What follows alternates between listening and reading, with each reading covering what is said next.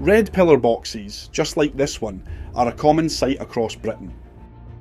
But back in the 1950s, the installation of a new postbox in Edinburgh's Gilmerton Road in the city's Liberton district would lead to a constitutional row breaking out and would even force then Prime Minister Winston Churchill to make an uncharacteristic U-turn. The box was repeatedly vandalised and even had a bomb planted in it, though, despite reports to the contrary, the bomb never exploded. So what was it that had some people seeing red over a new postbox? Join us now as we tell the story of Scotland's Pillar Box War. If you are new to the channel, hit the bell icon now to be notified of new content from the Scotland channel. And help independent Scottish media by subscribing to our channel. Britain's first freestanding red pillar box was installed on the Channel island of Jersey in 1852. The following year, a red pillar box went up in Carlisle, and pillar boxes soon followed in London and throughout the British Isles. But one box in particular was to lead to repeated acts of vandalism and even a bomb being planted in it, marking the start of what was to be dubbed Scotland's Pillar Box War. The date is November 1952 and the post office started rolling out the installation of new postboxes, marking the ascension of Queen Elizabeth II to the throne of England. Local dignitaries turned up to mark the installation of only the second pillar box bearing the E2R Royal Cipher to be installed anywhere in Britain, and what came next took post office officials and the government in London by complete surprise. Right from the start, the box was attacked with a hammer. It had tar thrown over it and a bomb planted in it. Safe to say, local residents avoided posting anything in this particular postbox as no one knew what would happen next.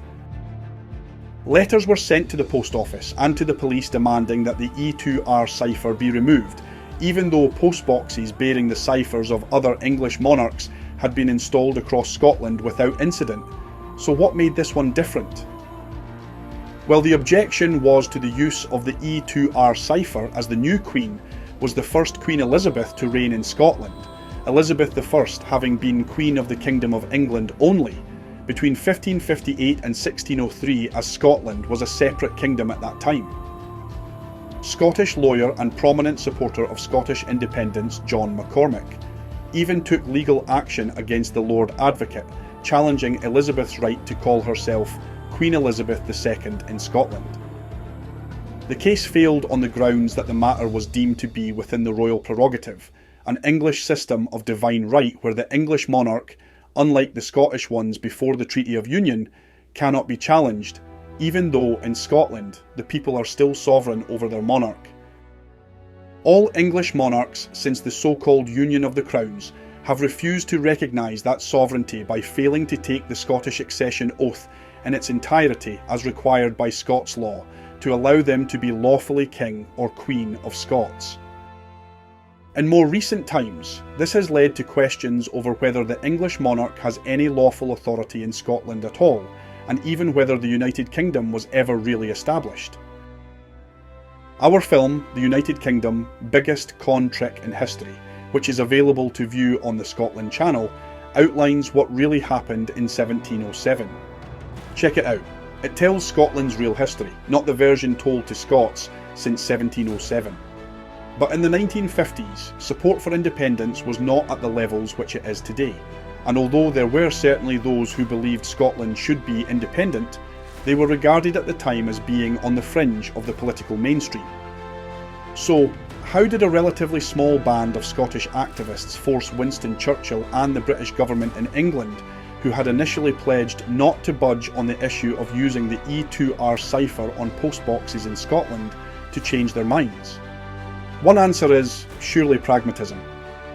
As one letter addressed to the Postmaster General and signed Elgin Brodie of the Scottish Republican Army asked, "Have you enough English police to guard every pillar box and post office in Scotland?"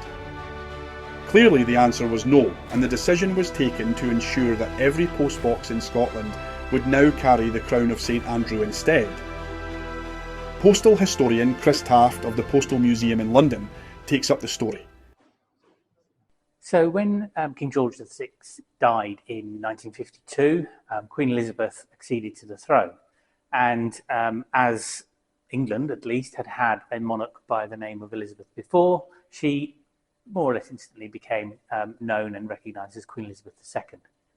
And in keeping with tradition, around the country, new pillar boxes were cast and made in the name of the new Queen, just as had happened in 1937, when 1936, 1937, when George came to the throne. The first boxes were made in the name of Queen Elizabeth II, and in keeping with tradition, a cipher was devised for the Queen, which combined the image of a crown. In the case of Queen Elizabeth, it was a St Edward's crown, based on the St Edward's crown, rather than on the imperial crown, as had been done, the Tudor crown, as had been done for her father. And it combined the letters in the form of a cipher of her initials, E for Elizabeth and R for Regina, the Latin for Queen.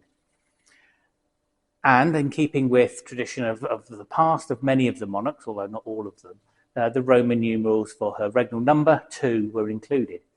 And nothing much was thought about this at the time. These boxes were produced. This was her official cipher. This was the cipher that she'd adopted for use by the military, by the police, and by the post office.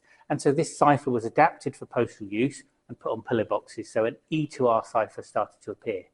And the first boxes were installed very early in her reign, even before her coronation, which took place in 1953. In 1952, the first boxes started to appear all around the country, including in Scotland. And at the time, there was no anticipation of any problems that this might cause.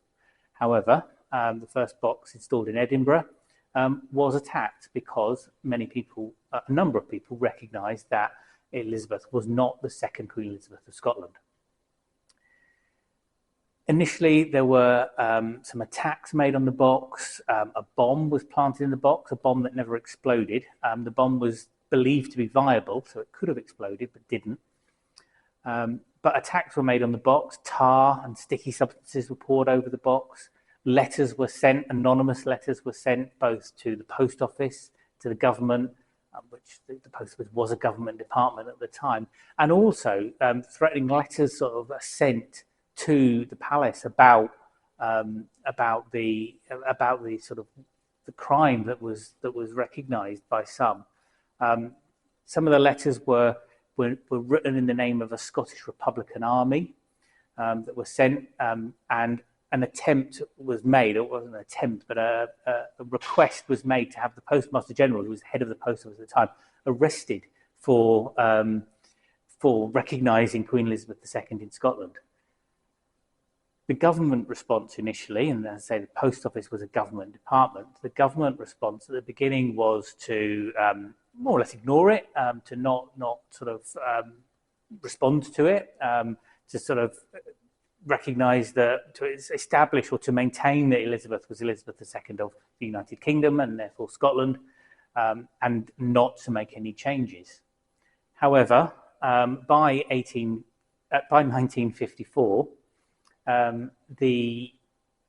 such was the sort of momentum of this kind of campaign and these attacks taking place, the decision was taken to make an alternative cipher for use in Scotland.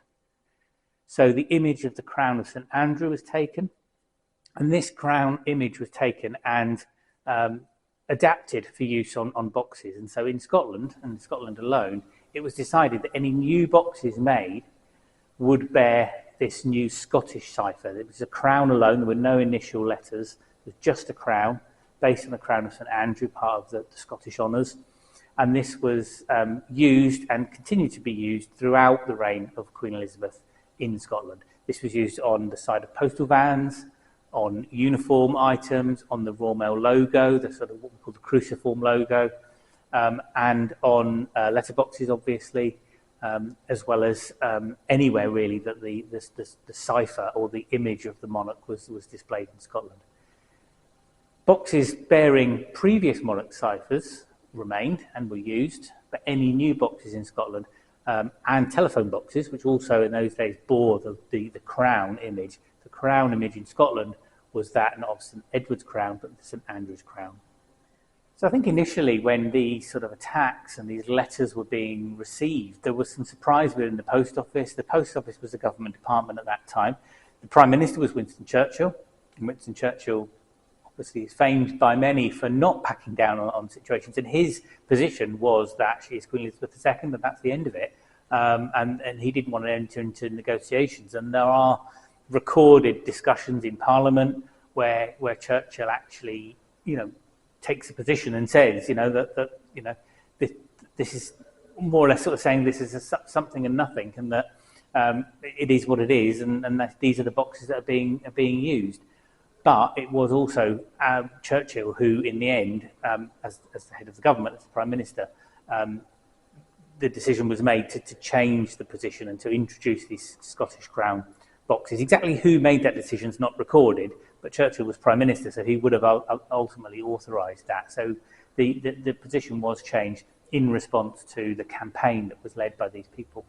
Whilst it is not recorded how many boxes were targeted, as only a few with the E2R cipher were ever installed in Scotland, this was not the first time pillar boxes had been targeted in this way. And unlike the Scottish campaign where none of the boxes were actually blown up and nobody was injured, the Suffragettes fighting for women's right to vote just 40 years before targeted more than 500 postboxes in a campaign of bombings and arson which saw 5 Dundee postmen burned, 4 severely when handling letter bombs addressed to then Prime Minister Asquith. The attacks and the threats made to the postal service and against pillar boxes is not the first time boxes were targeted in this way.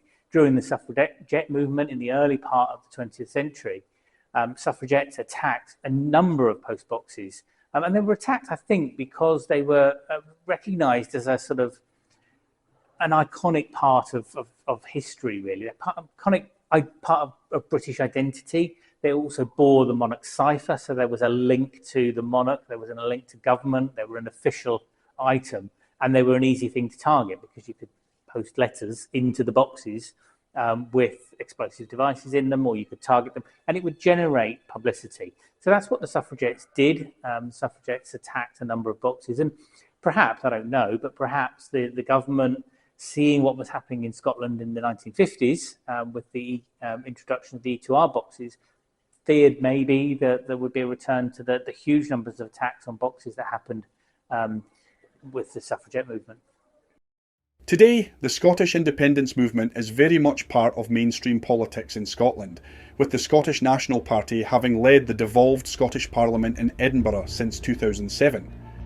Given the history surrounding pillar boxes carrying the E2R cipher in Scotland, the Post Office has decided not to introduce the ciphers of other English monarchs in Scotland, most notably Charles III, deciding instead to retain the Scottish Crown of St Andrew on all postboxes north of the border from now on.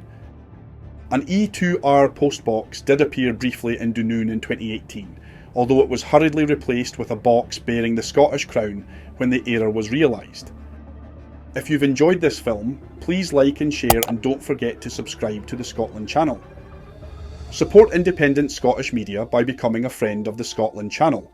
For details, visit our website thescotlandchannel.tv/friends,